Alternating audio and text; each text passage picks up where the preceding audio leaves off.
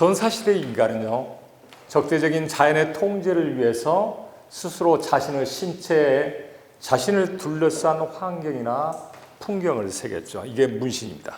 인문인 거죠. 어떤 의미에서는 자신의 신체에 왜 자신을 둘러싼 환경이나 풍경을 새겼을까요? 자연을 제압하기 위한 주술적 의미가 크다는 거죠. 특히 자신의 얼굴에 이러한 인문을 새긴 겁니다.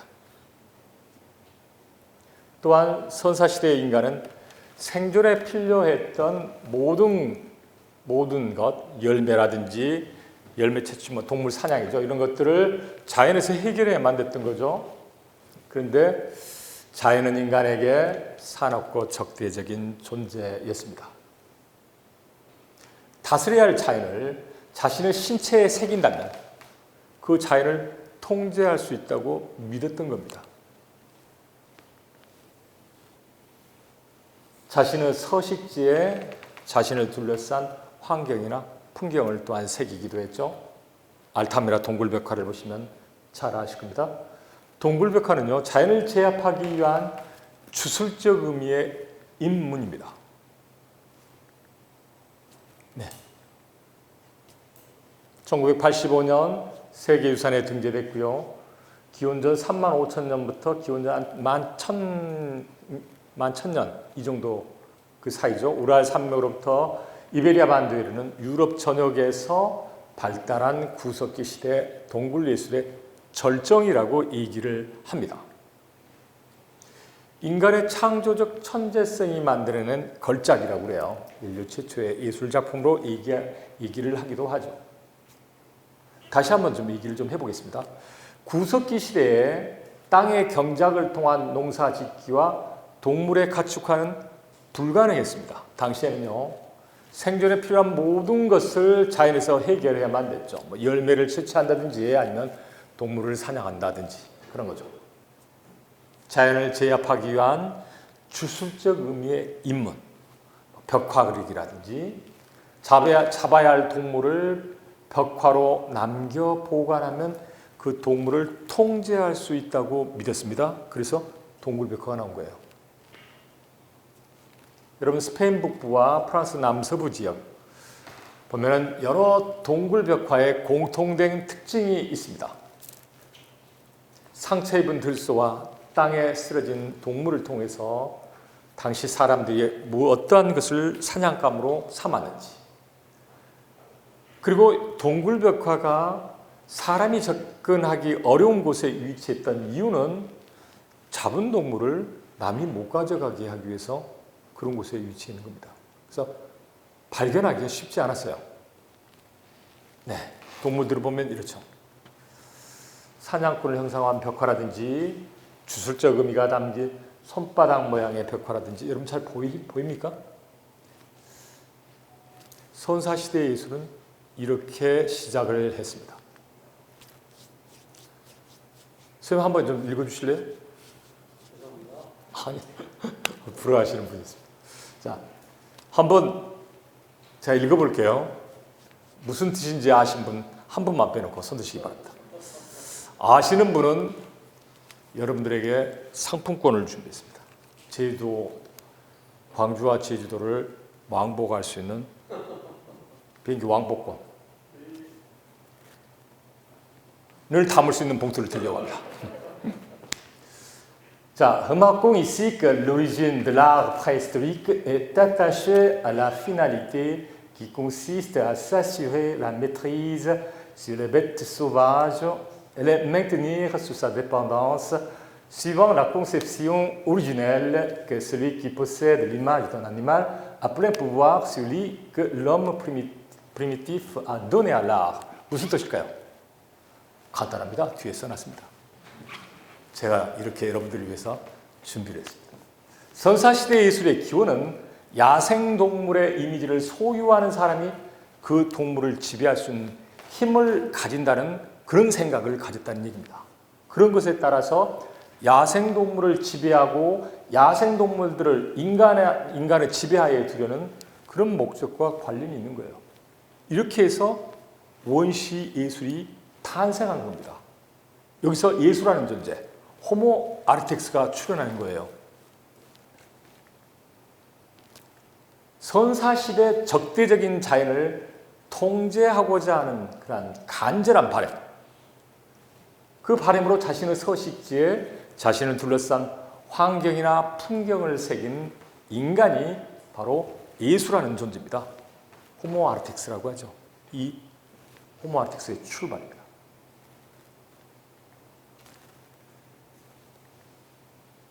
그래서 호모 아르텍스는요, 인문으로 예수라는 존재, 인문을 기술하는 존재, 이게 호모 아르텍스의 출발입니다. 자신의 신체와 공간에 인문을 새기는 행위가 예술의 출발이었다는 얘기입니다. 그리고 여기서 또 하나 호모 데스크립토르를 얘기를 해야만 돼요. 이 호모 아르텍스가 호모 데스크립토르라는 얘기였다는 거죠. 뭐냐면 이 호모 데스크립토르라고 하는 것은 인간은 기술하는 존재, 묘사하는 존재입니다. 자신의 삶의 문인 인문을 자신의 신체나 주거 공간에 기술하고 기록하는 존재였다는 거죠. 이 호모 아르텍스이자 호모 데스크립토르가 바로 호모 우르바누스가 됩니다. 도시를 건설하는 존재, 도시가 이렇게 탄생하게 돼요. 세계 최초의 도시는요, 수메르의 에리두라고 합니다. 이 수메르 전설에 의하면요, 마르두크라고 하는 신이 인간에게 무자비한 자연을 피할 수 있도록 거주지를 마련해 주었다라고 얘기를 해요. 이걸 따르자면 도시의 출발은 신이 만들어준 걸로 얘기를 하고 있는 거죠.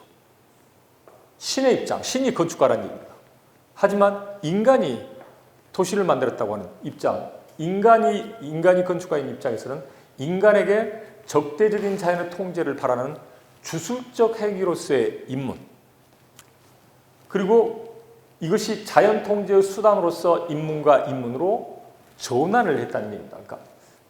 그러니까 적대적인 자연의 통제를 주술적인 걸로 이렇게 뭐 그리면 이 동물을 잡을 수 있다든지 뭐 이러한 주술적 행위로서의 인문과 인문이 자연 통제 수단으로서의 인문과 인문으로 전환한 거죠.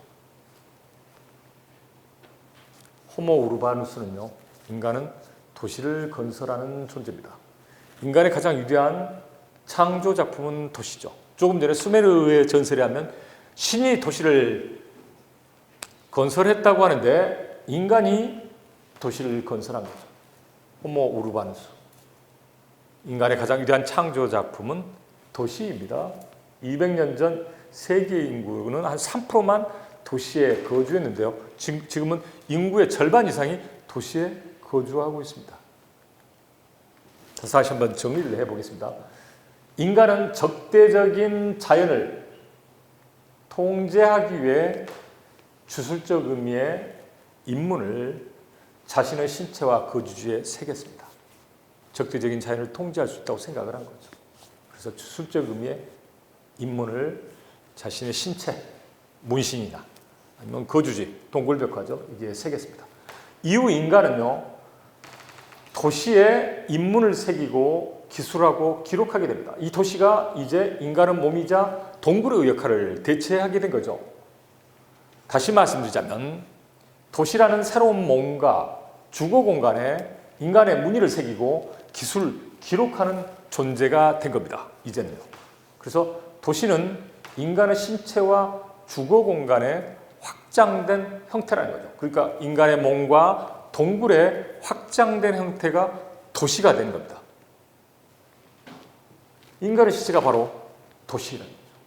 여러분, 앙드레 마송이라고 하는 프랑스 초현실주의 화가가 있습니다. 이 화가가 그린 작품 중에 윌 카니엔이라고 하는 두개골이 도시가 있어요.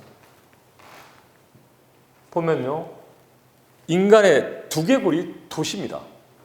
그러니까 인간의 신체가 바로 몸이 도시라는 얘기죠. 제가 말씀드렸던 그림으로만 잠깐 얘기하자면 두개골이 도시입니다. 네.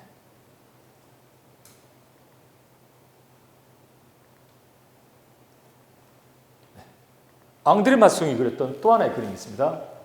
에호티크 벨베데르라고 하는 작품인데요. 그러니까 벨베데르는 높은 곳에 지어진 전망이 좋은 망루와 같은 곳이에요. 그러니까 에로틱 망루라고 얘기를 할까요?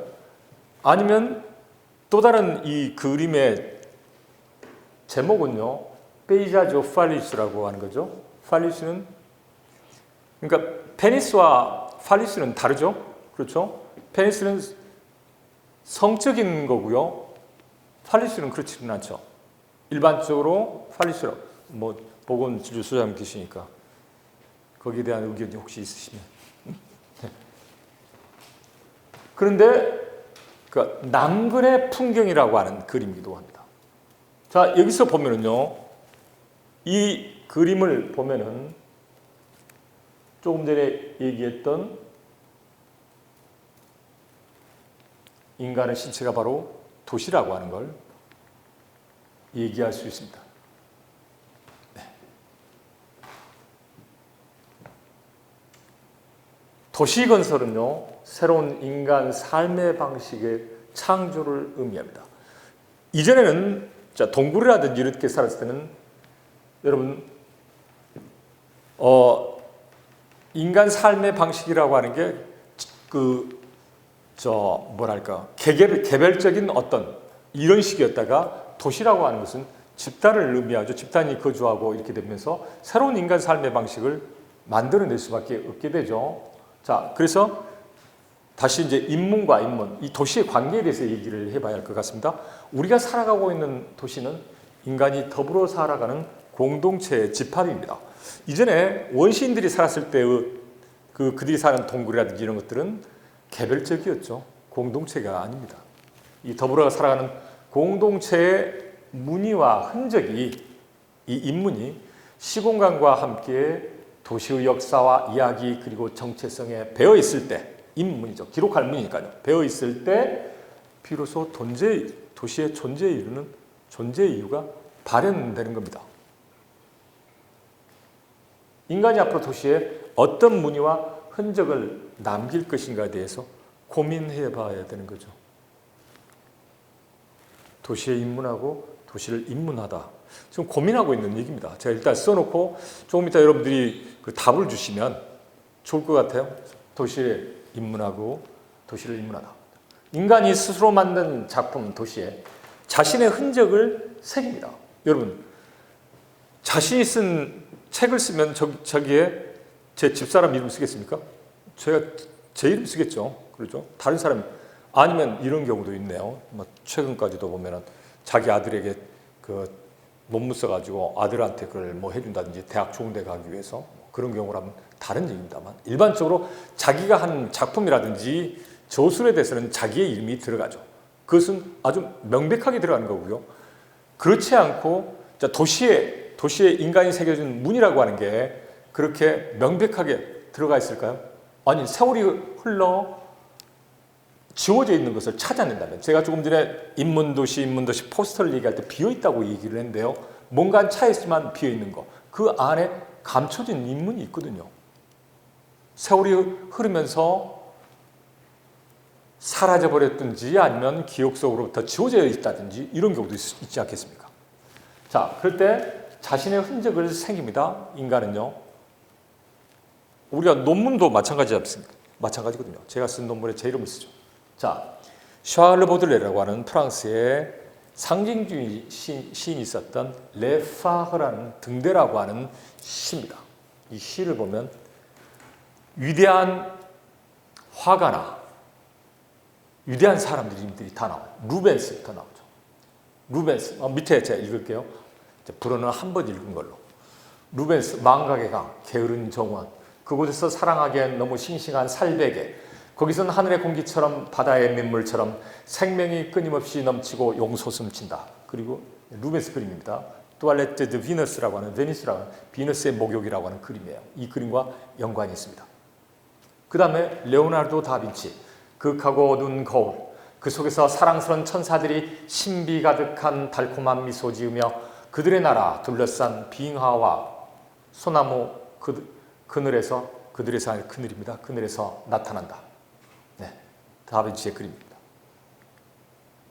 그 다음 렘브란트, 신음소리 가득한 슬픈 병원, 커다란 십자가 하나 걸려있고 거기서 눈물 젖은 기도가 오물에서 새어나오고 문득 겨울 햇살 한 줄기 가로지른다. 미켈란젤로, 희뿌연 곳, 보이는 것은 헤라클레스와 그리스도 물이 어울리는 것, 힘센 유령들이 꼿꼿이 일어나 땅거미의 어스름 속에서 손가락 뻗쳐 제 수위를 찢는 모습, 주먹 싸움꾼의 분노도, 목신의 뻔뻔함도, 천한 것에서 아름다움을 끌어모을 줄 안 그대, 자존심에 부푼 마음은 넉넉하나 허약하고 누렇게 뜬 사나이, 퓨제, 도용수의 우울한 제와, 퓨제 조각가입니다. 그리고 와토가 나오죠. 숱한 유명인사가 나비처럼 반짝이며 이리저리 거니는 사육제, 샹들리에가 비춰주는 산뜻하고 경쾌한 배경은 소용돌이 치는 무도장의 광란을 퍼붓는다. 고야, 프란시스코 고야 잘 아시죠? 여러분 스페인의 프라도 미술관에 가면 고야의 작품을 많이 만날 수 있습니다. 고야 알 수 없는 것으로 가득한 악몽, 마녀 지폐의 한가운데서 삶는 태아, 거울 보는 늙은 여인과 마귀 꿰려고 양말을 고쳐 신는 벌거숭이 소녀, 그리고 들라크루아가 나와요. 들라크루아, 타락한 천사 아테나들은 피해 호수, 거기 늘 푸른 전나무 숲으로 그늘지고 우울한 하늘 아래 기이한 군악대 소리가 배보의 가쁜 한숨인 양 지나간다. 이 저주, 이 모독, 이 탄식, 이 황홀, 이 외침, 이 눈물, 이 찬가, 이건 수천의 미궁에서 되돌려오는 메아리 소리, 결국 죽게 될 인간의 마음에는 성스러운 아편, 그것은 수천의 보초가 되풀이되는 외침, 수천의 메가폰이 보내는 명령, 그것은 수천의 성처 위에 밝혀진 등대, 깊은 숲속을 헤매는 사냥꾼이 부르는 소리, 여러 시대를 흘러 그대의 영혼의 기슭에서 죽는 이 뜨거운 흐느낌, 주여, 이는 참으로 우리의 존엄을 볼 수 있는 최상의 증언이기에. 네, 좋습니다. 이 보들레르가 쓴 레파르 들으시면서 제가 다시 한번 처음부터 보여만 드릴게요. 자, 루벤스가 나왔습니다. 레오나르도 다빈치가 나왔고요. 렘브란트가 나왔습니다.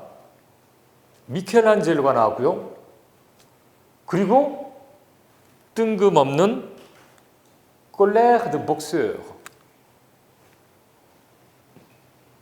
복서의 분노라고 하는 게 나와요. 그 다음에 또 와투가 나옵니다. 다음엔 고야가 나와요. 들라크루아가 나오고. 네, 그렇다면 여기에서 뭔가 특이점이 하나 있죠. 뭐가 다르죠?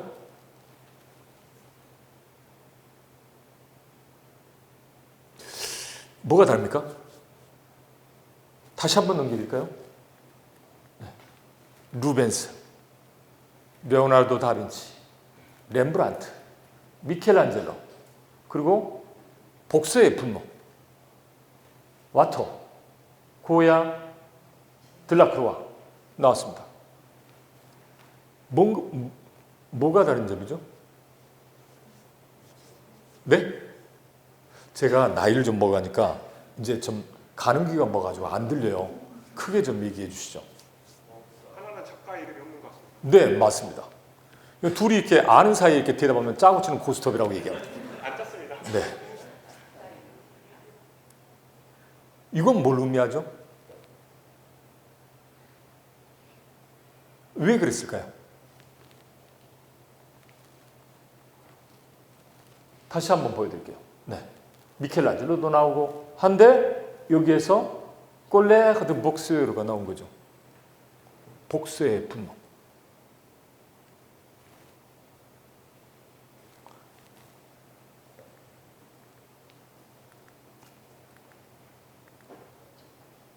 보들레는요, 이 자신의 시 레파르 등대 여기에 자신의 사인을 남겨놓았습니다. 대부분 보면 자신들이 작품을 쓴다든지 제가 제 논문 쓰면 제 이름이 나오죠. 그렇죠? 화가가 그림을 그리면 자신의 작품에 대한 서명이 나오죠. 도시도 마찬가지입니다. 도시에 광주라고 하는 도시의 시그니처가 있어요. 확실히 광주다움이 있는 거죠. 그게 광주다움이겠죠. 바로 이 시는 여기에 자신의 흔적을 남겨놓은 겁니다. 꼴레르드 복세를 하면요. 보들레르입니다. 위대한 예술가의 반열에 자기의 이름을 놓는 겁니다. 그러니까 내가 이 시의 저자이기도 하지만 나는 이 엄청난 예술가들과 같은 반열에 있다는 얘기예요. 시그니처는 이렇게 감춰져 있습니다. 도시의 인간이 남긴 인문 역시 마찬가지입니다. 만약 그대로 있는 인문을 얘기했다면 그거야. 만약 우리 광주가 지금 과거에 우리가 새겨놓은 인문을 그대로 잘 찾아서 얘기하고 있는 건지 고민해 봐야 돼요. 여러분, 도시의 정체성이라고 하는 것은 분명히 여러분 우리가 일반적으로 말하는 역사와 문화 얘기를 할 때 다 관련이 있거든요. 자, 꼴레르드 복세를 할 때 이 보들레르를 했다는 얘기입니다. 보들레르가 자신의 시그니처를 이렇게 숨겨놓은 이유는 이미 여러분들에게 말씀을 드렸습니다. 자, 작품의 행간을 읽어야만 됩니다. 그러니까요. 그렇게 쉽게 시에 대해서 얘기하고 그리고 이 시가 뭐 샤를르 보들레르 뭐 일반적인 작가 예술가들에 대한 얘기를 하고 뭐 했다면 그게 아닌 행간을 읽어서 내가 이 예술 아마 자신이 악의 꽃이라고 하는 작품을 썼을 때 그 정도 반열에 오르지는 못했겠죠. 한 대 숨겨놓은 거죠. 그런데 말 그대로 자신의 시그니처가 감춰져 있는데요. 나중에 진짜 그 반열에 올랐죠. 그렇죠? 보들레르는요. 그리고 신의 의도를 파악해야만 되는 거죠. 도시 역시 마찬가지입니다. 도시 곳곳에 숨겨진 시그니처, 그 도시만의 독특한 고유한 시그니처가 있다는 거죠. 그 인문이죠.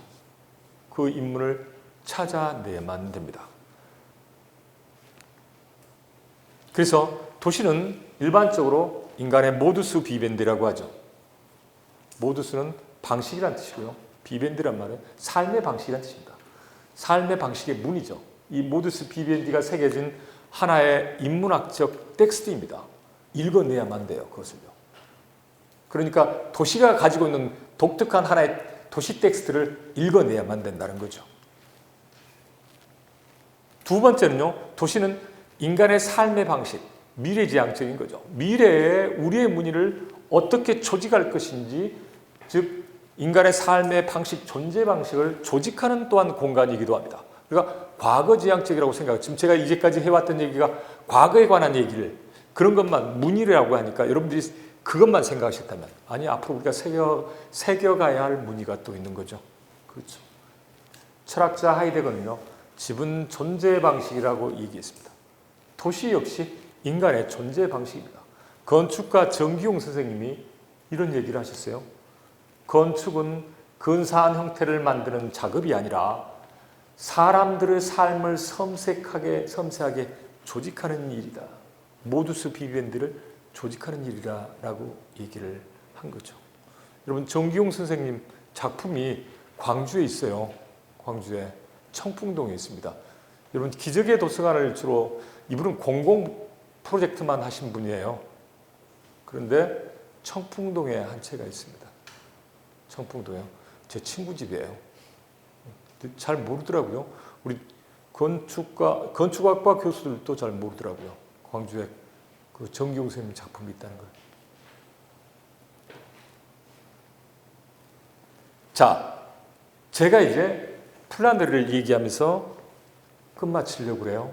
자, 도시 곳곳에 감춰진 인문을 누가 읽어내느냐 이거죠. 그리고 조금 전에 얘기했던 이제 우리가 무슨 일반적으로 얘기하는 그 인문도시라고 하면은 인문학 프로그램을 통해서 사람들에게 무슨 인문학 관련 프로그램, 무슨 유명한 저명 인사들 불러가지고 강의하고 뭐 주로 많이 그렇게 합니다. 그게 인문도시일까요? 아닙니다. 시민들이 스스로 인문을 찾아 해독할 수 있는 능력을 갖춰주도록 만들어야 되는 거죠. 자기 도시부터 잘 알아야죠. 아니겠습니까? 자, 도시 인문 읽기의 주체 플라네르에 대해서 얘기를 하려고 해요. 플라네르란 말은요, 불어로 플라네란 말은 산책하다라는 뜻입니다. 여러분, 이 플라네르와 바도라는 걸 BADAUD라고 하는 바도라는 두 가지 용어가 있어요. 바도는 그냥 주변의 변화라든지 그거에 대해서 그런가 보다 멍 때리는, 그냥 변화에 반응을 하지 못하는, 인문적 사유를 하지 못하는 그런 사람. 플라네르는 산책을 하되 의지적 산책자입니다. 도시의 변화를 읽어내려고 하는 산책자. 자, 우리가 인문도시라고 했는데요. 인문도시는 인문으로 가득 찬 도시입니다. 그리고 그 인문은 조금 전에 얘기했던 샤를르 보들레르처럼 자기 시에 자기 이름을 새겨놓던지 아니면 다양한 방식으로 들어가 있는 그런 것들을 찾아내야만 되는 거죠. 그러한 도시의 의지적 산책자. 여러분, 도시라고 하는 텍스트는요, 걷는 자에게만 읽힙니다. 그래서 여러분, 걸어야만 돼요. 저는 하루에 15,000보에서 20,000보 이상을 걷습니다. 골목길 걷는 걸 제일 좋아해요. 여기서 전당까지 간다면 제가 선호했던 길, 계림동길인데요. 전부 아파트를 다 지어놨어요. 그러니까 광주는 인문도시가 아닙니다. 흔적을 다 지어놨거든요. 다 지워버린 거죠. 안타까운 일이에요. 삶의 존재 방식이라고 하는데, 주거는 어떻습니까? 우리가 아파트에 모두가 다 함께 아파트에 살고 있어요. 그 계림동으로서 오는 그 골목들, 그 점집도 참 많았거든요. 이런 집들까지 해서 다 사라져버린 거죠. 완전히 다 사라져버린 거죠. 그냥 아파트만, 누구나 똑같이 사는 아파트만 남아 있습니다. 똑같은 아파트 안에서 뭘 생각할까요? 어떻게 하면 좋은 차 사지? 이거 돈 부어가지고 뭐 하지? 어떻게 해서 아파트 집 늘려가지? 이런 생각이 무슨 생각을 하는 겁니까? 그러니까 생각하는 대로 살아야 되는데요. 사는 대로 생각하는 거죠. 똑같은 공간에서 사는 대로 생각하게 되는 거죠. 똑같은 생각을 하는 거죠. 어떻게 하면 집을 키워갈지, 어떻게 하면 좋은 차를 사게 될지, 이런 걸 하고 있는 거죠. 똑같은 사고를 하는 거죠. 플라네르는 의지적 산책자를 얘기하는 겁니다. 도시의 변화, 인간이 도시에 남겨놓은, 도시 텍스트에 남겨놓은 문의를 능동적으로 읽어낼 줄 아는 사람, 이게 플라네르예요. 플라네르는 도시를 관심 없이 일별하는, 조금 전에 얘기했던 단순한 구경뿐이 아닙니다. 인문적 사유의 산책을 즐기는 도시 애호가입니다. 이건 빅토르 유고가 레미제라블에서 나온 얘기예요. 우르비스 아마토르라고 하는 도시 애호가를 얘기를 하고요. 빅토르 유고가 레미제라블에서 이런 얘기를 하고 있죠. 파리 곳곳에 뜻밖의 발견되는 재미나는 볼거리들을 찾아 산책하는, 의지적으로 산책하는 개구쟁이라는 표현을 썼어요. 의지적 산책자 플라네르를 얘기하는 거죠.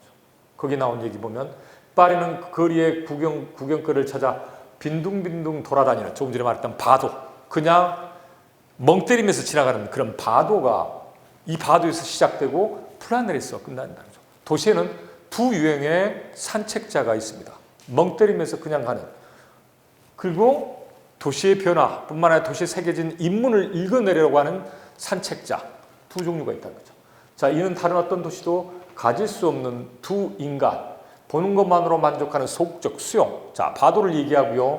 그리고 고갈되지 않는 자주적 행동, 이런 것을 바탕으로 의지적으로 도시에 새겨진 인문을 읽어내려는 자, 바로 플라네르를 얘기하고 있는 거죠. 샤를르 보들레르 역시 플라네르에 대해서 얘기를 하고 있습니다. 1863년 르피가로라고 하는 중도 신문이에요. 이 신문에 실은 자신의 에세이 Le Peintre de la Vie Moderne라고 하는 근대 생활의 화가라고 하는 작품에서 그 자신의 기사에서 플라네르를 이렇게 얘기하고 있습니다. 플라네르란 관찰자이고 철학자이고 예술가라는 거죠. 여러분, 플라네르는 시민을 얘기하고 있는 겁니다. 치비타스를 얘기해요. 치비타스라고 하는 게 뭐죠? 치비타스. 자, 여러분, 국민과 시민. 여러분, 이번에 총선에서 한 정당이 180석을 가져가졌고 한 정당이 103석인가 됩니다. 그리고 이제 군소 정당이 몇 개 있는데요. 그걸 얘기할 때 무슨 국민의 승리라고 얘기를 하더라고요. 치비타스 시민의 승리입니다. 시민의 정당한 분노. 그러니까 시민의 권리가 있거든요. 분노하는 권리가 있거든요. 그 시민의 승리라는 거죠. 다른 게 아니라 뭐 과거를 부정한다든지 정치 얘기는 저는 하지는 않겠습니다. 정치에 별로 얘기하고 싶지는 않고요. 어찌됐든 간에 시민의 승리라고 하는 거죠. 이 시민은 플라네르이기도 합니다. 관찰자이고요. 철학자이고요. 갑자기 마이크가 꺼진 것은 요새 강의하다 보면요. 줌이라고 하는 그 툴을 사용하는데 40분이면 끊겨요. 순간 내가 줌으로 강의하고 있나라는 생각을 해요. 마이크가. 관찰자, 철학자, 예술가이다. 때로 그는 시인이다. 대체로 그는 소설가 또는 모럴리스트에 가깝다. 그는 상황의 화가이며 상황이 제안하는 영원한 모든 것의 화가이다 라고 얘기하고 있는 거죠. 플라네르는 관찰자이고요. 철학자이고 예술가입니다. 여러분들이 치비타스가 되는 게 시민이 된다는 게 이렇게 힘들어요. 근데 여러분들은 지금 함께하는 인물아 듣는 여러분들은 치비타스입니다. 플라네르예요. 제가 작년에도 강의하면서 이 르네 마그리트의 골공드라고 하는 그림인데요. 비가 내리죠. 신사비가 내리죠. 르네 마그리트는요, 벨기에 화가입니다. 어머니가 물에 빠져 돌아가셨어요. 자살을 했다고 봐야 됩니다. 그림에 보면요, 검은 천을 뒤집어 쓴 여인의 그림이라든지 초현실주의 쪽 화가이다 보니까요, 무식에 남아있는 그런 것들이 꽤 많이 등장하는. 현대 회화에 이분이 남긴 족적은 진짜 지울 수 없죠. 어마어마하죠. 이 골공드라고 하는 작품이죠.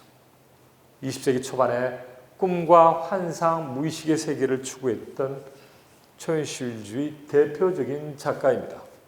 아폴리네르라든지 전부 그 시기 같이 활동을 했으니까요. 육각형으로 내리는 비, 이 플라네르의 비입니다. 플라네르죠. 플라네르는 이렇게 도시의 도처를 바라보는 거죠. 도시에. 여러분, 파리에 가면요, 키오스크가 신문 가판 데 있지 않습니까? 이게 육각형입니다. 이처럼 의지적으로 산책, 도시의 변화라든지 이런 것들을 읽어내기 위해 사방에 깨어있는 자, 이렇게 보시면 좋겠네요. 발터 벤자민 역시 얘기했습니다. 제가 이미 처음에 시작할 때 habiter signifie laisser des traces라고 하는, 거주한다는 것, 흔적을 남긴다는 것라고 얘기를 했죠. 여기에서 벤자민의 플라네르는 도시가 하나의 텍스트예요. 그리고 텍스트에 남긴 그 트라스라고 하는 흔적을 읽어내야만 한다는 게, 플라네르는 읽어내는 자, 읽어낼 줄 아는 자, 이걸 얘기하는 거죠. 자, 그래서 조금 전에 얘기했던, 여러분들에게 말씀드렸던 대로 도시의 인문, 이걸 읽는 자는 바로 플라네르라는 거죠. 아마 우리 함께하는 인문학에서도 추구하는 것은 플라네르를, 결국은 자기 스스로 도시에 남겨진 인간의 흔적, 그 흔적이라고 하는 게 무심코 남겨진 흔적도 있지만 보들레르처럼 이게 내 작품이라고 하는 것을, 그리고 내가 이 정도 반열에 있다는 것을, 흔적을 숨겨놓을 수도 있어요. 그걸 찾아내서 해독할 수 있는 자, 시민, 그렇게 돼야만 되는 거죠. 인문을 읽어낼 수 있는 그런 시민. 그게 바로 심이라든지 이렇게 좀 전에 얘기했던 그런 거겠죠. 자, 오늘은 그러니까 인문과 인문 그리고 도시에 대한 얘기를 제가 얘기를 했고요. 다음 시간에는 마지막에는 제가 또 이걸 기획했던 사람이고 하기 때문에 마지막 그런 사례를 가지고 저는 제일 마지막으로 제가 오겠습니다.